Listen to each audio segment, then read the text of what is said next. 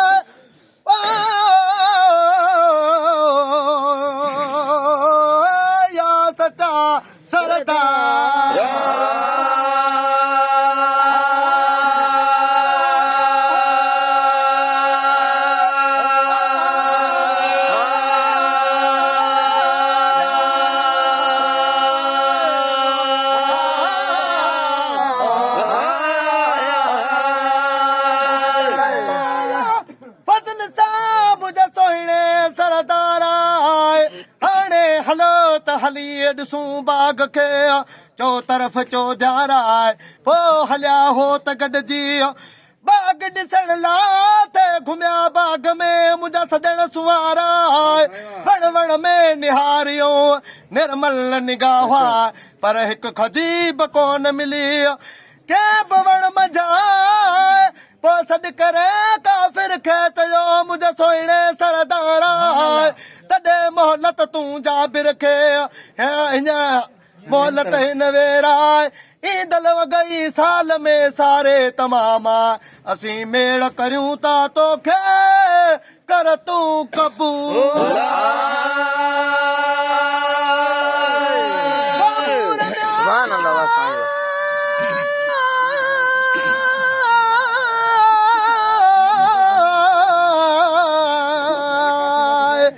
न मञई ॻाल्हि अला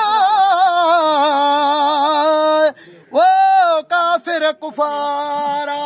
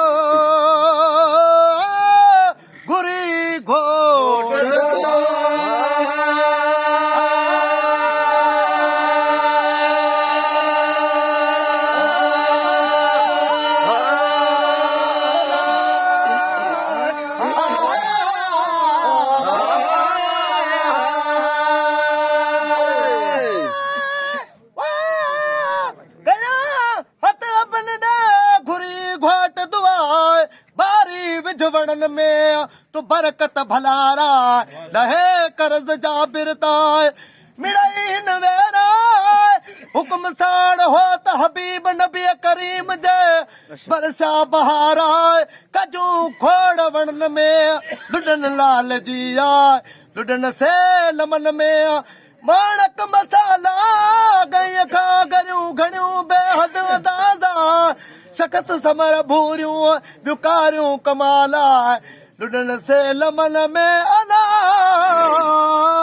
वाह माणक मसाला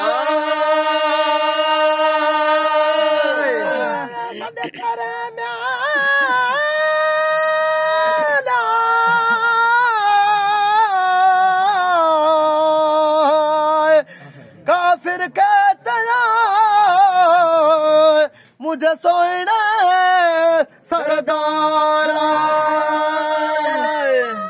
सुभान अल्लाह वासम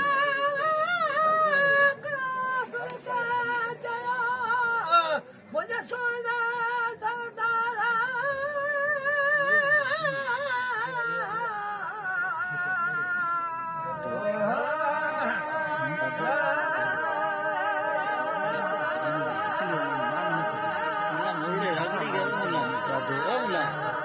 रागड़ी के ना सुकार होते हैं आ जा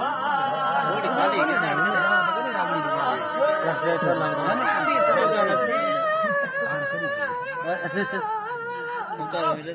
आगे से बुद्धू कितने सही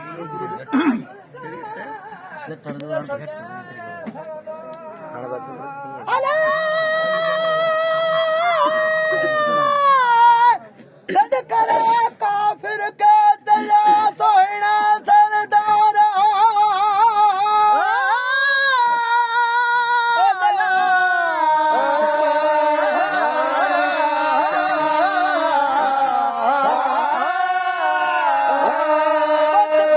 करद पाईंदा खण तूं खजूराए ॾिसो कम करीम जा जो मोहम्मद करीम आहे तदा माफ़ मदियूं सभिनी सियालाए पाड़े कंदो पंहिंजे शल पांधी पहनाराए अगलायूं वारी सर जूं रब ढोला ढके दोए पांधी तवे पिर तमाम मुंहिंजा महबूब आहे सलवात हज़रत नबी करीम ते अल्लाहुम्मा सल्लि व सल्लम जी लखे